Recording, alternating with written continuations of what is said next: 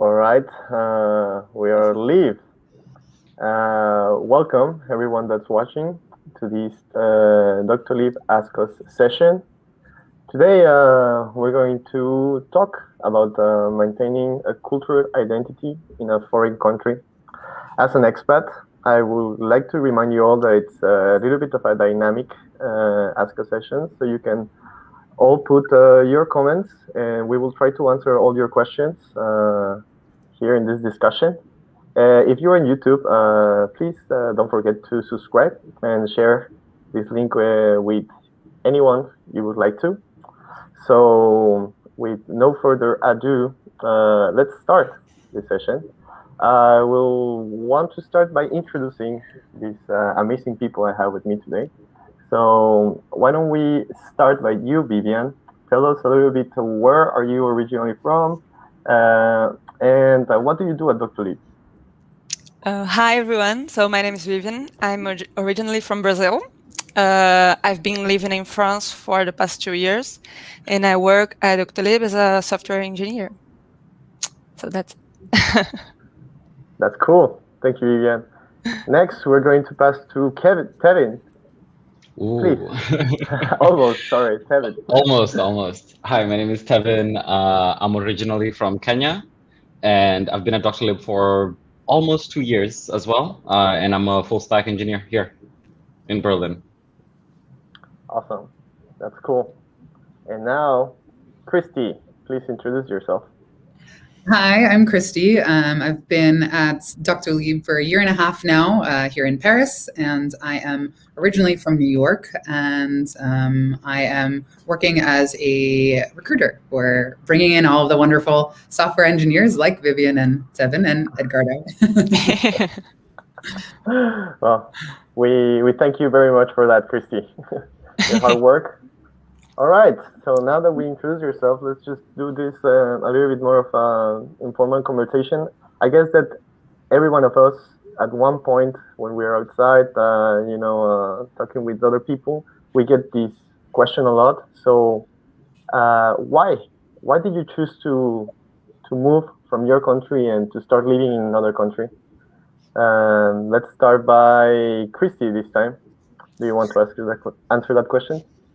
Sure. So I think a lot of people assume that I got a job here and moved as a result, but in fact, it was actually the opposite way. I just kind of fell in love with the city of Paris and had never left New York. So it was time to spread my wings and try something new.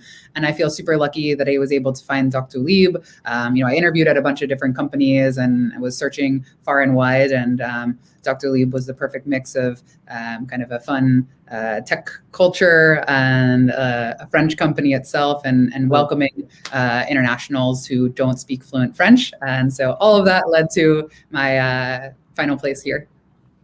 You came, you first find Doctolib and then came to France, or you came to France first and you found Doctolib?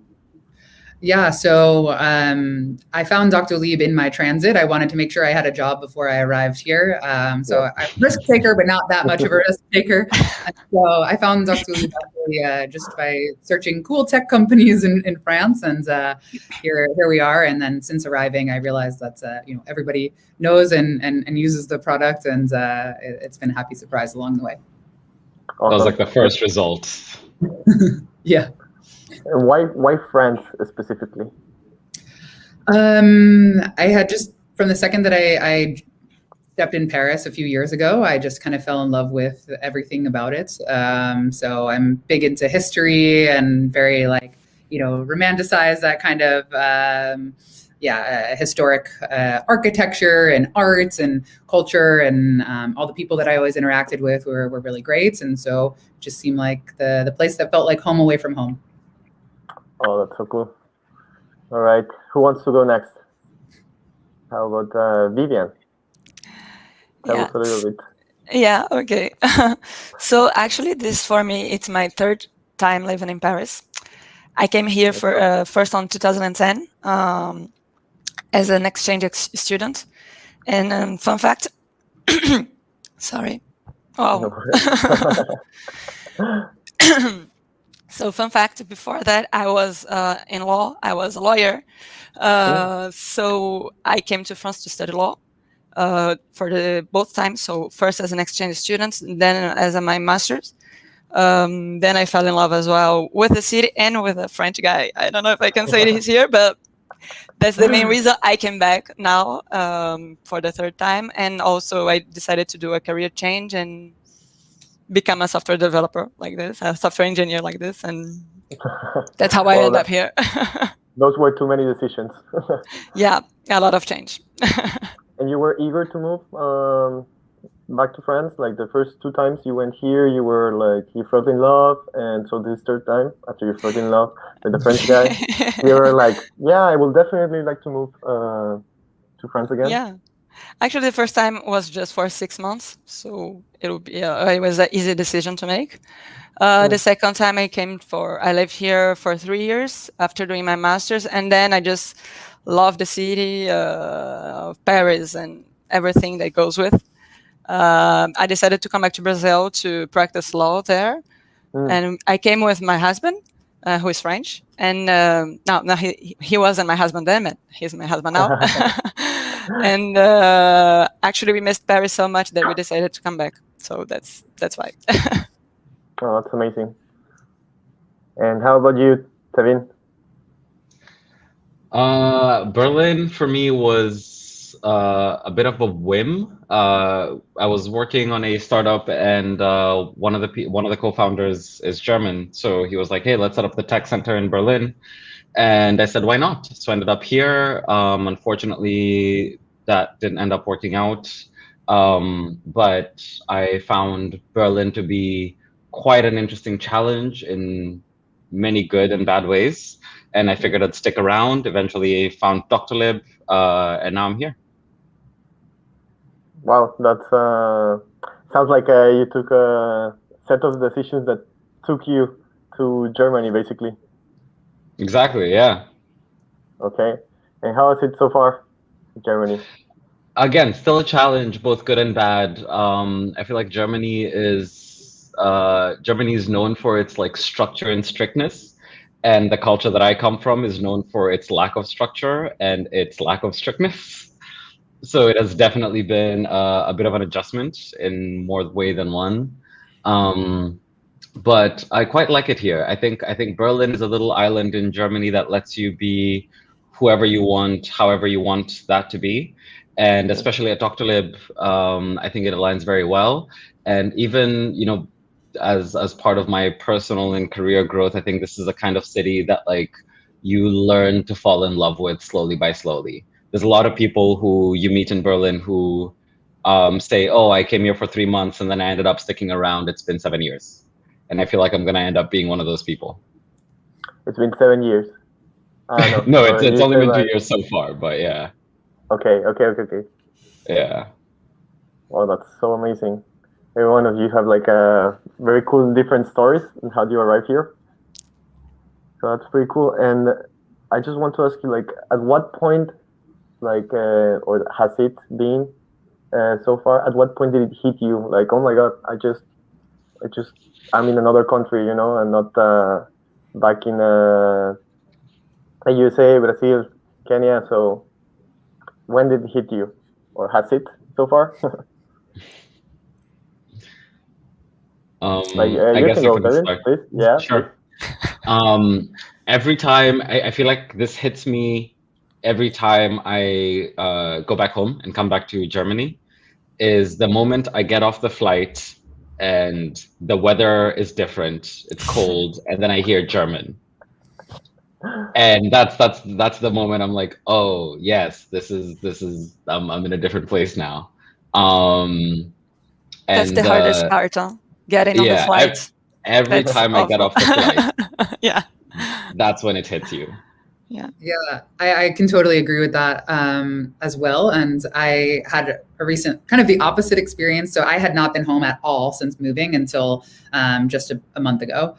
So since I moved, was just here and had never been back. And when I got back to the US, I was like overwhelmed by how much I understood all of the conversations that were going on. Like my French is okay. Yeah. I kind of got used to being able to very easily zone out kind of what I wanted to hear and what I didn't. And it was overwhelming when I like stepped into the airport in the US and was like, oh my God, I can understand every single conversation that's going on. Like, how do I focus? How do I do this? It's fun for me. Sometimes it's the opposite because since I speak French, sometimes I go long ways without speaking Portuguese. And then when I come back to Brazil, sometimes I forget some words and just try to fill in with some French words. And people just look at me like, what are you talking about? Do you guys forget a little bit of like your original languages from time to time? Like you're trying to speak and then just like it just fades. Yeah. There's an adjustment, yeah. Mm. For me, it happens because there are some words that are so specific to French. They have their own meaning. Then we don't have the same word in Portuguese. So sometimes you just want to fill the sentence with that specific word and it just doesn't work. So that's the only thing. Like, do you have an example? The other day I was trying to talk with my parents and I was like, I cannot remember how to say shelf, like in Spanish. I cannot remember. This is impossible. Like amazing. No, for me, it's more like I have a word in English right now that I think it's so specific, like awkward. It's so hard to translate the particular sense. You're right. But in French, I don't know. I know, but there's a ton, I think. That's also a fun story. Appointment. I was trying to say like appointment in Spanish. Totally forgot. I hear it like so much every day that I cannot think of another way to say it like on English. Recruitment in Portuguese is very hard to say. I guess it must be the same for you, Christy. Yeah, for sure. Well, I just joke that like my French is still not that great and my English is just going downhill. So now I'm just like mediocre at 2 languages, one language at all. And so that's been very interesting. But it's interesting, for example, for me, Vivian, like at least it's like very similar, like to the Latin language. So some words, you can like translate them or try it. Yeah, adjust them exactly. But for you, Tevin and Christy, I think like it must be like kind of crazy. Like, yeah. I think it's exactly what Christy said. It's you suddenly just become mediocre at many languages instead of good at one. The other day, someone called me out for using dated Swahili slang. And I realized that, I need to keep myself updated on the new slang. Otherwise, I'm just going to sound like, I'm from 2010 or something like this. Or using German filler words. And then it's even more complicated because Doctolibers is still kind of a French company. So interact with a lot of French-speaking people, live in Germany, and then speak English. And it's confusing. It becomes confusing. You don't know what filler words to use. Is it axle or Totally. Or even just your pronunciation of certain words. Like I found myself the other day, I was talking to my friends about, obviously the big cycle race, the Tour de France. But I said like Tour de France. They were like, which is like not even like it wasn't properly said in either language, but they were making fun of me. They're like, oh, Tour de France, you're from France now. The country differently. And so it was just like funny, those little things. And how are you right now with the French or the German? Are you feeling comfortable enough? I don't tell you, Vivian, because you are in another level now. But I'm married to a French person, so yeah, I have to be. And how are you feeling, Christy, Tevin? Weirdly enough, I feel like my French is better than my German. Berlin makes it very difficult to learn German because you don't need it. Like yesterday I was somewhere where I tried to order some food and the person who I was speaking to, the server who I was speaking to did not speak German. Okay. So I feel like, Berlin does not help. Anywhere else in Germany, maybe. But yeah, slowly improving. I need to make more German friends, I think. And how about you, Christy? I think the crowning achievement of my French was when I had to go to the tax office and get some paperwork done. I was like, okay, I went to a government establishment and got the task done that I needed to do. It was very broken, but it was executed completely in French, and I got what I needed, and so I felt very good. Like the most pride that I can feel is when I do something in French. But even in Paris, similar to what you were saying, Tevin, like you don't really need it. I mean, it's nice and it would make my life a lot easier if I was better at French, but you can get by, and that's why it's not exactly getting better at lightning speed either. Is it difficult for recruitment, for example?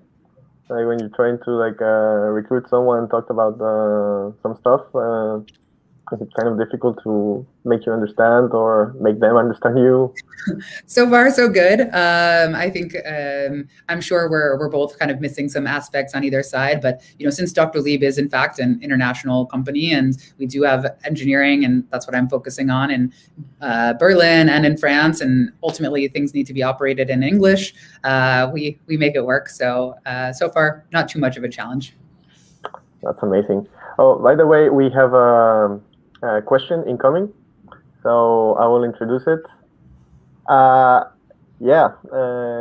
curious about what was the most useful thing a local person did for or with you when you went expat. So, who wants to answer the question first? Well, I think for me, at the first time I came to France, the first and second times, and still happens sometimes when I don't understand something in French, people are very friendly to explain it to you. So I think or correcting me. I think I like to be corrected in French when I misspeak something. So that's very useful. That's very cool. Kevin? I think for me it was going to the hardware store. Like going to the hardware store with a German-speaking person, because it's one of those things where how do you translate I need a 5-inch screw in German? Even Google Translate's gonna not help you very much. So that was one of the easiest things when I was like, moving into my place, is just doing house shopping with a German-speaking person. Oh, okay. That's very cool. And how are you, Christy? I can't think of one specific example, but honestly, like my team here at Doctolib has been super great. Like I'm the only non-French person on the team right now, and so they've all always I rotate who I ask different things of, but I've done things from the electrical box in my apartment, like needed something that I had to, put something in some website on some email, and like literally I'm on a VC call with someone on my team, like showing them the the electrical box, trying to read this thing in French. So just kind of having no shame and asking for help when you need it, and everybody tends to be quite helpful. That's very cool. It's well, normally when you arrive, there's like so many things that you like don't understand how it works, or like for you it kind of like works way more different, and then you arrive here and you are like, oh, apparently this doesn't work like I don't know, in Mexico or like in the United States. It's just like you never knew that these little things are always there, and it's really good to have like this good communication, at least with your team or your friends, that like help you get by this kind of stuff. For example, all the administrative stuff, right? That's always a thing that when you arrive that you don't know how to do, and it's always good to have like this kind of support, especially when you are like international, right? For example, like the bank, like when one arrives, like it's very hard to start figuring out how you can do it, especially with the language barrier and everything. I don't know if it's you not have a some sponsored experience. post, but N26 is a savior. Yeah. It's true. Yeah, for me that happens to me too. But I don't know if like in Germany it's kind of like different, but in France, getting into a bank and like being need to speak French if you want to go into a bank, or you need a lot of like different administrative papers, right? And all those kind of things, like they don't come like in a checklist, right? When you arrive to the airport, like, hey, take it. Yeah. For the visa as well. for the visa. For me, I think it's the most difficult part of the French bureaucracy. We have just a ton of documents. We have to translate everything, and it's just a lot. I can think about, for example, someone helped me pay my taxes and went with me to the prefecture because I didn't speak French. So that's some of the things that I really appreciate on someone doing for me when I arrived. And we're trying to do the same, right? We have like someone that has this kind of questions. We want to just support them in these kind of things because they are really stressful from time to time, right? All right. So now I would like to ask you, how do you still maintain this closeness to your country of origin? Right? For example, I don't know, like how do you maintain the culture? That would be like the food, for example, the sports, going to a bar, maintaining some American friends, like some Brazilian friends. Like, how do you do it? Yeah, for me it would be food and music, Brazilian music. Yeah. So whenever I'm homesick, I'll just listen to some Brazilian music or have some Brazilian food, some feijoada for those Brazilians who know. And I'll just be happy again. We'll be more than happy to hear some of your artist recommendations. Okay, sure, we'll do. How about you, Christy? I feel like for me, it's like almost a bit of a, I don't know. I don't know which way to go on this because there's so much of like the classic, like, oh, American in Paris. And then with Emily in Paris that came out, many like comparisons that are always drawn. Everyone back home is like, is life really like that? Everyone in Paris are like, are Americans really like that? And so I'm always deciding whether I want to like lean into my Americanness or try to be more French and like not show my Americanness. And so actually it puts me in a very strange dilemma. By the fact that I don't speak very good French, I'm like pretty much showing that I'm American.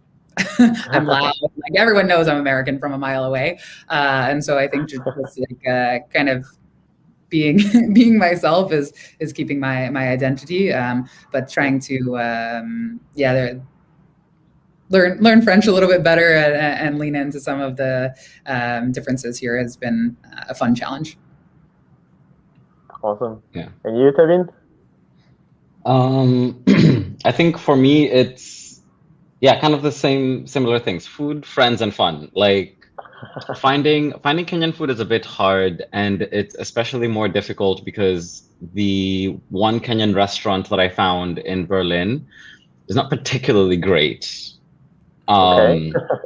So finding ingredients, the thing where like you go back home with an empty suitcase and then come back with a suitcase full of like all the ingredients that you can find, or having friends who are also from Kenya who we can share, like talk in Swahili or share news stories or this kind of thing and just like have those conversations really helps. And then going to events where they'll play like the kind of music that I'm used to listening to or something like this, like also really helps. And then I know that this is something that not everyone can do, but I try as much as possible to go home at least once a year. At least that way I don't get completely distanced from language and culture and this kind of thing. Yeah, I usually try to do that as well, but COVID messed up my plans. Yeah. So I mean, I think it's more than 1 year. I don't come home. I haven't gone home. So In a while? Yeah, it's a bit hard. But Brazil is but borders are closed, for France. I mean, I could go there, but then if I come back, I'll have to quarantine and stuff. So yeah, it's definitely not easy right now to do that, and especially for us, we might get a little bit homesick, right? How's COVID actually like affected you, like for like the integration or like like this feeling of already being confined and also being away from your family, your friends, your country? How do you experience this situation? Go ahead, Vivian. Yeah, for me, it's a bit unsettling because the situation in Brazil is not very comfortable. So I was constantly worried with my family and friends all the time, and I mean, and I couldn't go home to be with them. So that was the hardest part for me. Yeah. Okay. How about you, Tevin? I'm lucky that I came to Berlin a little bit before COVID started, and that I lived in a flat share when the lockdown hit. So it helped a little bit. And funny enough, I don't think there was a single German person who lived in that flat. So we all, at least there was like a few people, were all able to, have some social interaction of some sort, all working and this kind of thing. So I'm lucky that it was a little bit easier for me. But then when late last year, the second kind of lockdown hit and I was living by myself, that was a bit rough because you couldn't leave the house, you couldn't really see people. So that definitely was a little bit more difficult. But I think having colleagues and having, like after work events or something like this, where you can just get on a call or even do like video chats and watch a movie remotely together with some friends, helped a little bit. Okay. Yeah. How about you, Christy? Yeah, I would say that the feeling of isolation was just insane because I lived by myself. I had arrived a few months before COVID, but hadn't really like made very many friends yet. And I'm like a big hypochondriac, so I was like very taking it like super, super seriously in the beginning. So I'm not kidding you, for 3 months, I did not interact with another human being, like truly, like maybe the grocery store, but that was it. And so in that time, though, I spent a lot of time trying to make connections virtually, like through Instagram and some people that I had met a little bit before. And then when everything did open up again, I found this running group that was mostly expats. So I made a ton of friends that way. And then going into the second lockdown, I felt a lot better because I had friends in my neighborhood that I could go get a coffee with or something, or just that little bit of human connection made a huge difference. Yeah, Yeah. It's really kind of hard, like to. You already feel a little bit secluded, and trying to find your place in the international place, and then you get the COVID, which is like an extra thing. Yeah. And I felt very like guilty complaining about it too, because it was like my choice to do this in the first place. Like I said, I want to go and like do this other life and try something new. And then to be like, oh my God, no one understands. Like I'm here alone and this is so hard. And, friends and family were like, well, then just come home. And I was like, no, but that's not the point. This is what I want. So it was kind of a lot of mix of emotions. But and then Emily in Paris comes out.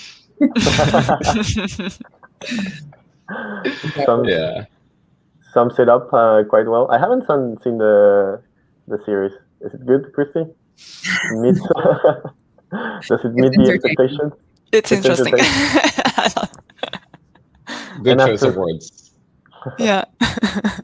So at least any of you have been like back to their country like after COVID, or do you have like that time to go back and like get the energy back, or no? No, not yet for me. I plan to go on Christmas. Let's hope things get better by then. We're crossing our fingers. Christy?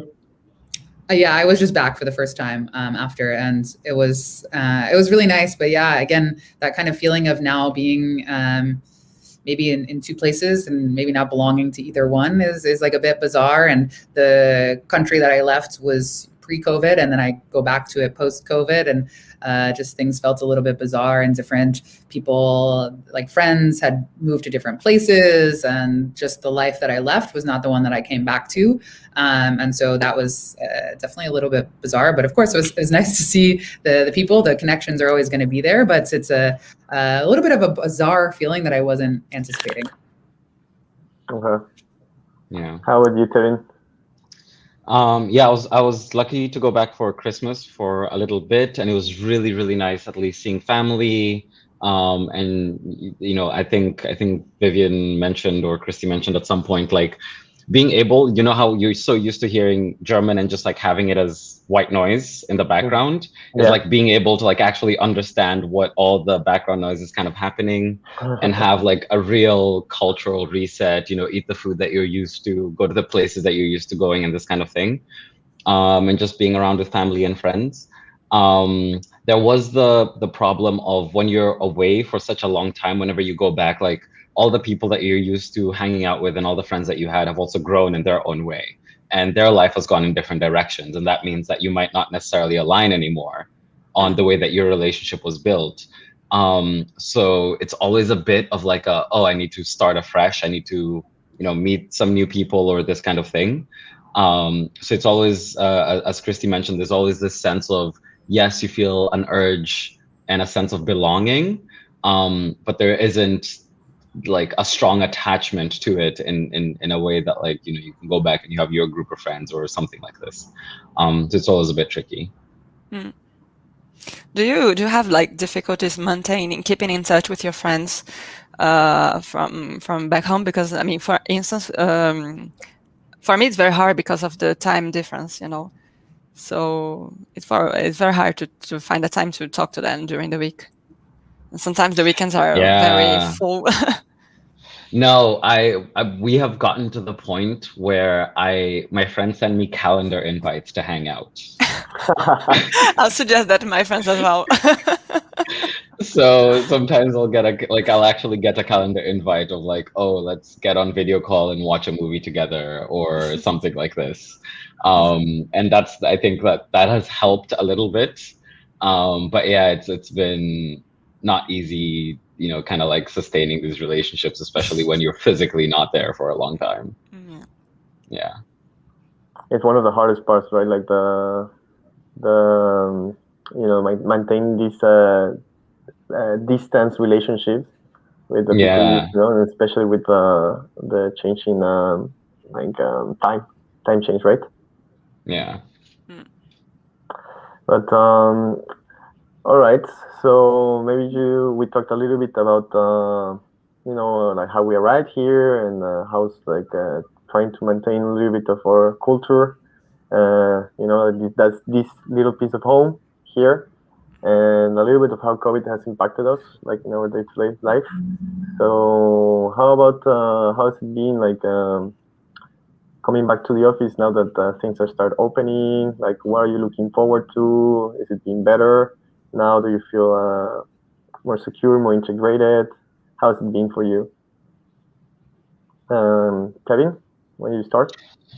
Yeah, now that Berlin is opening up, it's you can feel like physically feel like the renewal of energy that everyone has. You know, being able to see some colleagues, being able to, like, I forgot, like, when you meet someone, do you give them a handshake? Do you give them a hug? Like, I'm used to wearing a mask. Like, what do I do with my mouth? It's a bit strange. But it's really exciting to, or like, actually meet colleagues who you've been working with for such a long time who you've never met in person.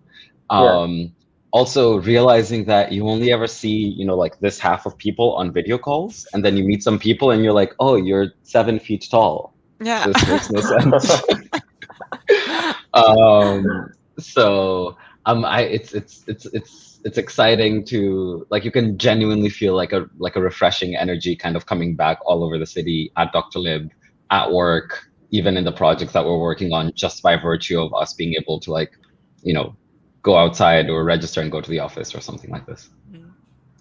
Yeah, I totally agree with that as well. And since, you know, my job is bringing people to the company, I think for me, always the most rewarding part is when you do hire someone and then you finally see them in the wild, so to speak, in the office.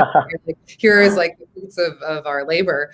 And so it's been really bizarre to like not meet anyone because, again, I'm not interacting with them on a daily basis, but normally I would see them in the office. And so finally getting these moments that someone I hired like, you know, 6, 7, 8 months ago that I've never met. And finally I get to meet them in person, and it just feels, I don't know, like you're meeting a long lost sibling or something like that. So it's quite true, nice. because you sort of develop a relationship with the person who is in charge of your recruitment. So yeah, I would like to see. For me, was Maureen who recruited me. So it would be nice to see her because I think we bonded a bit over the phone. And for example, now we're talking a little bit about more like the work culture, like coming back. Like, how is it like the difference between like what the work culture back in our countries and the work culture that you're experiencing now here in France in Doctolib? Vivian, you want to start? Yeah, well, for me, it's a huge difference because I was not an engineer in Brazil, so I was a lawyer. So it's a whole different world. I never worked on a large company. I used to work in a law firm, and so everything's different. I don't know if I can compare. It's much more relaxed working in a tech company. I can wear baskets. I can wear my trainers to the office. I don't have to wear heels all the time. That's true. It's very nice. How about you, Christy? So I've always worked in tech companies. So I love that, we're still a tech company, and there's always this sort of energy about just like moving quickly and like having good people together and kind of trusting that good people will do good things. And so I think that Doctolib carries through very much on that energy level. And so I really don't see a huge difference between this and other companies that I've worked for. But it definitely, like, again, the fact that it is language things, like there are moments where I'm the only non-French speaker in a meeting, and of course we'll do it in English, but there's a point where I'm like, okay, maybe we should do it in French, and it would be a good moment for me to practice or something like that. And just, navigating slightly different things. I mean, I personally don't always say like hello to someone when I start a meeting, and this might be a me problem, might be an American thing, but that's very not French to do. Like you would always say like bonjour, or like when you type a message, you'd always say hello to the person. And so I might be offending people accidentally and not knowing it. So I'm getting better at that. All right. Amazing. And how are you, Tevin? Yeah, actually, Christy, what you said is really, really true because, I've worked at different kinds of companies, but even for work culture, I'm so used to, for example, meetings starting with, hey, how are you doing? How are the kids? How's the wife? How's the husband? This kind of thing. And there's always like, 10, 15 minutes of cheeky banter before you actually get to the agenda. That's not necessarily the case at least in Germany. I feel like Doctolib does have a lot more of a friendly culture, and you still get a lot of this.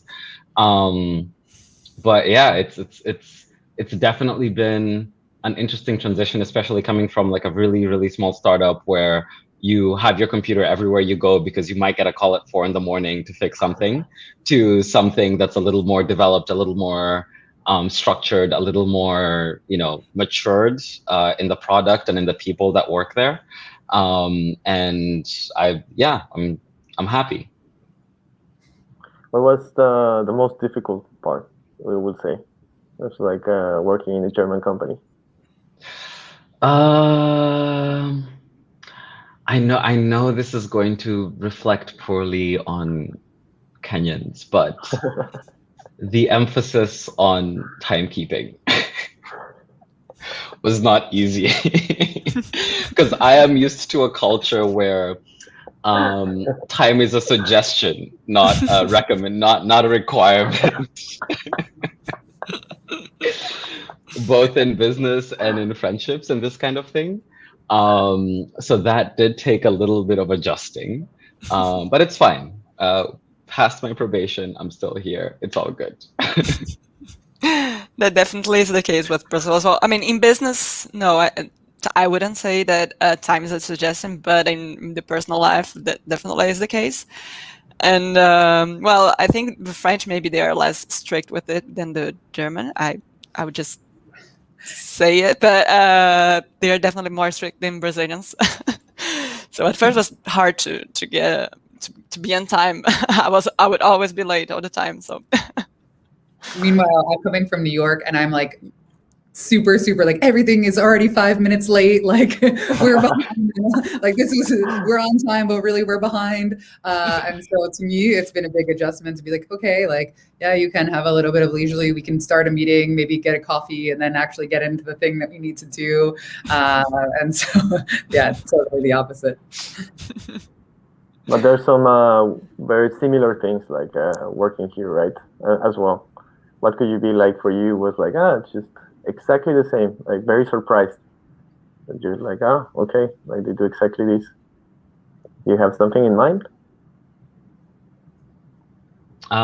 This might be a bit of a cop-out, but realizing that technology is technology all over the world. The way that we build products, the way that we structure, the way that we build products, the tools that we use, the methodologies that we use, working in different tech companies of different sizes, that's one of the biggest consistencies that I've seen. And I mean, of course, some people, some companies, some organizations do it slightly differently.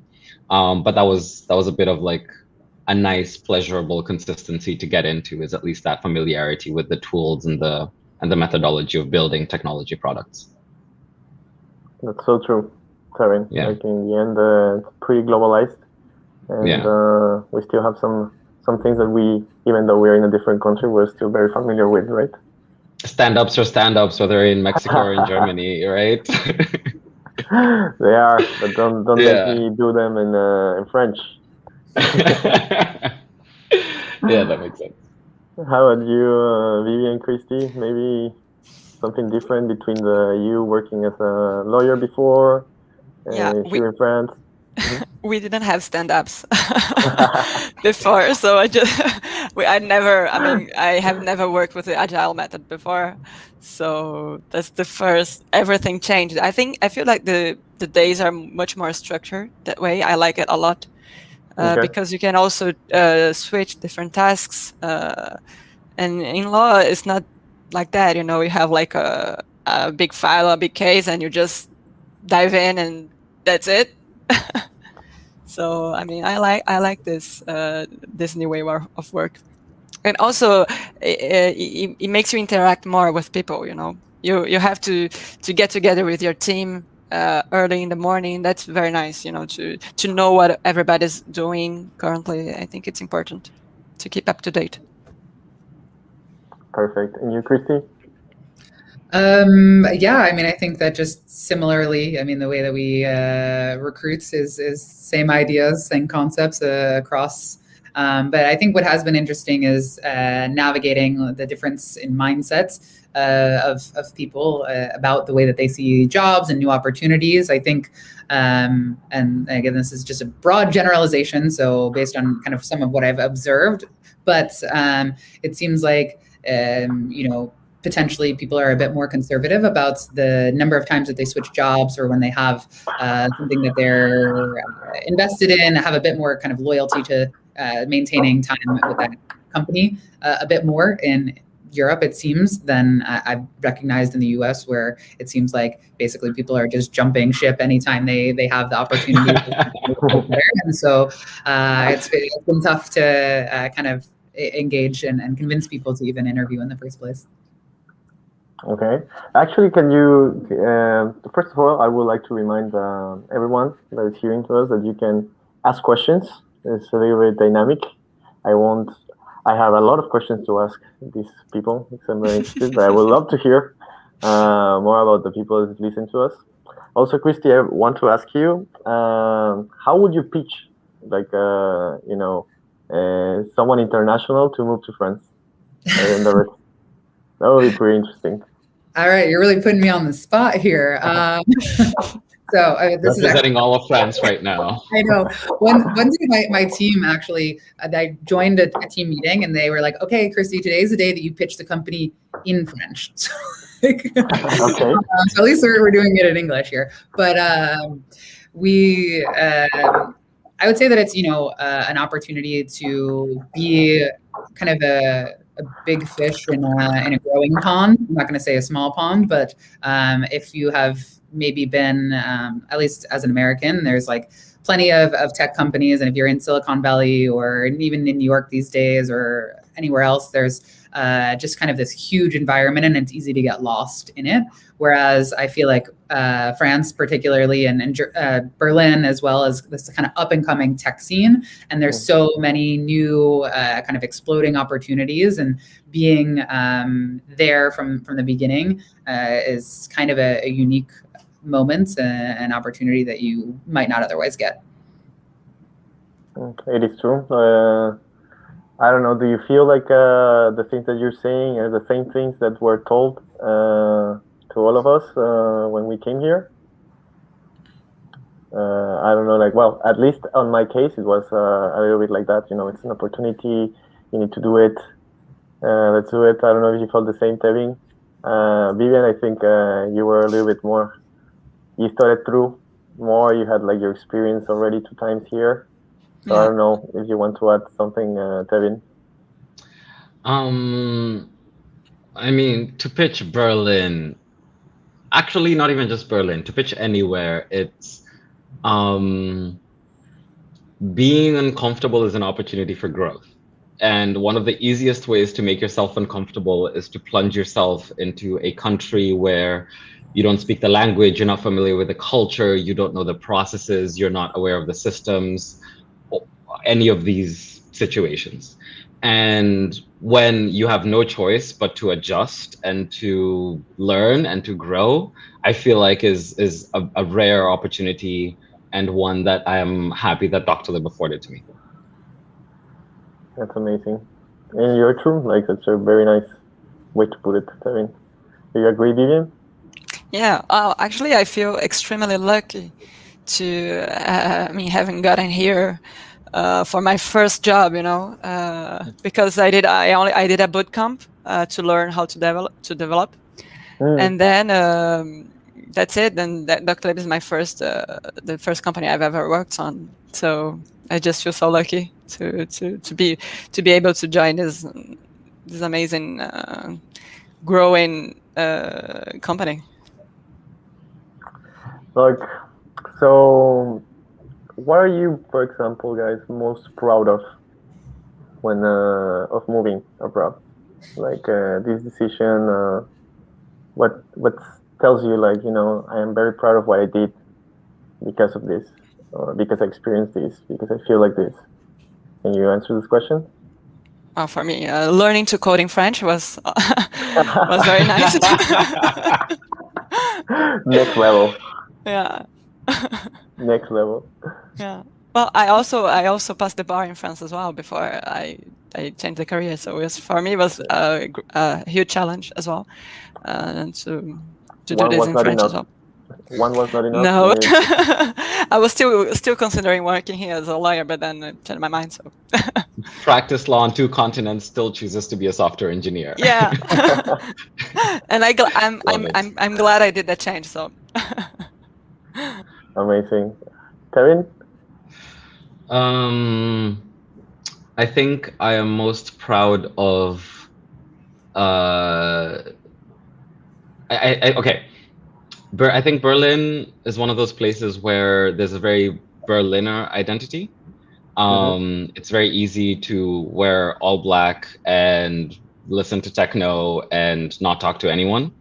And I think one of the things that I feel like I have learned and I'm proud of being able to do is forcing myself to still maintain my own identity and my own culture and my own personality, and not just like mold into the typical, like, whatever is expected of me in Berlin. Okay, that's also very cool. And how about you, Christy? I think similar to what Tevin was saying before about the challenges, I think that's, for most of my life, it was kind of a set path that I was kind of following. And like at some points, you no longer have guidelines for what to do, and you can kind of just pull the ripcord and do something totally different with absolutely no instructions. So no one told me how to find a job in France and like how to make this happen or the move or anything like that. And just kind of this level of independence, I've become just like very proud of what I can do by myself and make it happen. And so I think that was for me the biggest thing, just being here in the first place. Just being here, like it's really already something very big. Yeah, definitely true. So knowing that like everything you have experienced so far, and that you've gone through, like would you do it again? I did it 3 times, so. Wow. Yeah.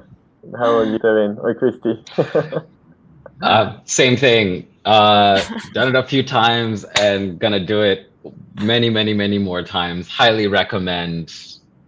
You have to be a little bit crazy, but everyone's a little bit crazy, so just do it. Awesome. Definitely. I think there's already a few people that are trying to leverage me to try out Berlin at some point. So maybe that will be the next endeavor. And I think we can do like a flat switch. You can say, yeah. Perfect. We just got a comment from Miguel Torres. Nice to see these kind of conversations. I can relate a lot. Cheers from a Mexican expat in Paris as well. Cheers. So nice. Gracias, Miguel. Garda, you got fans. Yeah. Expats. We're a big community here. And one question also is, what would you do different? Like from all these experiences, what would you have liked, to do differently, or something you would like to know before like moving? That's a good question. I don't know if there's anything that I would have done differently necessarily, but I think that it's really changed my perspective on and given me so much more respect for just people who have done these sort of moves, maybe not by choice. Like if you were like a refugee, let's say, or something where you were forced kind of out of your environment into a new one. It's like, I did this by choice. I had quite a lot of resources helping me along the way. And so, I always, thought that this would be an incredible challenge, but really putting into perspective kind of just how lucky we are and privileged we are in the position that we are. And it's still really hard at times. So I can't even imagine all of those things behind me. Yeah, I don't feel like I regret anything, because even when you make mistakes, and I cannot think of any, but I think you can grow with it as well. So everything is like a lot of a learning. You can turn it to a learning process. So yeah, you will all do it again without any information. Just like jump into the pool, and then we'll learn how to swim. Yeah, right? Why not? See how it goes. Yeah. Baptism by fire. Honestly, the only thing that I would even think of doing differently is, at least for Germany, I would have bought a printer day one. That's the only thing. Can you Everything else. Story? Oh, you get a lot. Like every you send one sheet of paper to some office, you'll get 3 back. Okay. So that's the only thing I would have done differently. Otherwise, yeah, as Vivian just said, plunge in or and learn how to swim. All right. For me, maybe, I don't know, sometimes I feel like a little bit more French. Just a basic course. It would have just, helped me a little bit in this. There's still time. Oh, yeah, no, at this point, at least I can have a conversation with the cashier. I can say something else than ta car, my car, right? That a little bit of a crash course before coming in would have been very nice. That's for me. What would you think will be, like, in your opinion, like the mindset, or like one skill that you need to have in order to do this, go through this kind of experience? Well, you definitely have to be open-minded and a little bit brave as well. That's a very good one. Yeah, because just to understand that sometimes, I mean, I think French people, especially, they have a lot of, strict etiquettes. Okay. I don't know how to say this in English. I don't know if there's a word in English for etiquette. I mean, it is very French. But Say word in English. All right. yeah, so for example, if you're gonna ask something to someone in the street, you just have to begin with bonjour. Otherwise, like, people just may get upset. You know, in Brazil, we just say, "Oh, excuse me, can you tell me where the street is," or something like that. Yeah. And in restaurants as well. So, but you just have to understand, you cannot judge French people to enforcing or expecting you to behave this way, because it's their culture. So you just have to adapt. And yeah. Okay. So you need a little bit more of like open-mindedness for sure. Yeah. How about you, Christy, Tevin? Yeah, I think being able to laugh at yourself, because you're going to make a lot of errors, and just, if you take things too seriously, like, there's so many moments where I'm like, well, if I'm not laughing about this, I'd be crying. So let's let's just laugh that one off and then on to the next. Like, there was times where I was like trying to get a package delivered, and I went to the post office like so many times, and I had the things that I could say and what we were communicating, and it just like, this is just my life now. It's just one day I'm going to get this package and it's okay. And I would just and so you just have to let it happen. Vibes and inshallah. Just let it in. It's okay. You, Tevin? No? I think you have to be a little bit strong. You have to have a little bit of mental fortitude, because I think that the waves are big and they're strong and they will crash against you, and you have to be able to swim against them. It's very poetic. And because as much as we all really enjoy our experiences and like learn from it, I don't think it's something that should necessarily always just be taken like lightly. Like yeah. So to be fair, I have cried too. Yes, exactly. But I've also cried. Yeah. You need I to think that happens to everyone. That's for sure. Can we just resume the advice in just one phrase? Just if you want to tell someone like come to France, just one phrase, like be brave, or just like do it. What would you say? Yeah. Well, be open-minded. Don't take things too serious, and you have a blast. I mean, it's going to be awesome. You have a blast. That's amazing. Tevin? Why not? Why not? That's my phrase. That's your phrase. That's actually very cool. Why not? Why not? Yeah. Christy? I guess you'll never know what you don't try. You never know until you try. That is true. All right. Well, basically almost closing up on here. We have like almost 2 minutes before we go. First of all, I would like to thank every one of you for being here and for like sharing these amazing stories, being an expat.